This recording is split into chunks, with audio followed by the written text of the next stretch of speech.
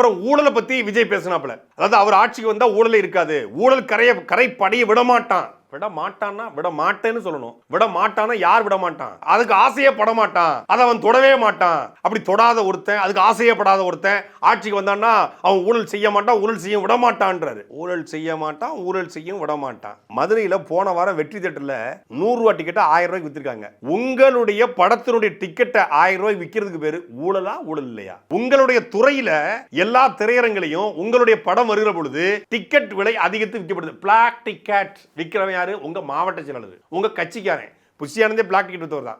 உங்களுடைய பிளாக் டிக்கெட்டை என்னைக்காவது நீங்க கண்டிச்சிருக்கீங்களா? படத்தினுடைய டிக்கெட் விலையை அதிகப்படுத்தி விற்கதையே கண்டிக்காத நீங்க நாளைக்கு ஆட்சி அதிகாரத்துக்கு வந்தீங்கன்னா நான் ஊழல் பண்ண மாட்டேன், ஊழல் கரைபடி விட மாட்டேன், ஏன்னா எனக்கு ஆசையே கிடையாது. ஆமா, ஆசையே கிடையாது. பனையூர்ல 250 கோடியில வீடு, 10 கோடி 12 கோடியில காரு, இவருக்கு ஆசையே கிடையாது. புத்தர் போல வாழ்ந்துட்டு இருக்காப்ல. எளிமையான வாழ்க்கை. வள்ளலாறு மாதிரி ஒரு வேட்டியும் ஒரு சட்டையும் தான், ஒரு 10 கார் தான் வச்சிருக்காப்ல, ஒரு 10 வீடு தான் வச்சிருக்காப்ல, எந்த ஆசையும் கிடையாது. பேங்க்ல பல 100 கோடியில போட்டு வச்சிருக்காரு, பல வீடுகள் இருக்கு, பல கார்கள் இருக்கு, ஆசையே கிடையாது. இவருக்கு ஆசையே கிடையாது, எதுக்கும் ஆசையே பட மாட்டாரு. இவரு வருமான வரித்துறையில வருமானத்தை ஏய்த்ததாக இவருக்கு வருமான வரித்துறை ரெய்டு வரவே இல்லை. நீதிமன்றமும் இவருக்கு முறைகேடாக இவர் கார் இறக்குமதி பண்ணிருக்காரு, அதுக்கு வரி கட்டல அப்படிங்கறத ஃபைன் போடவே இல்லை. வருமான வரித்துறையும் ஒரு வருமானத்தை மறைச்சிருக்காரு அப்படின்னு சொல்லி இவருக்கு ஃபைன் போடவே இல்லை, அபராதம் போடவே இல்லை. ஏன்னா இவருக்கு ஆசையே படாதவர்.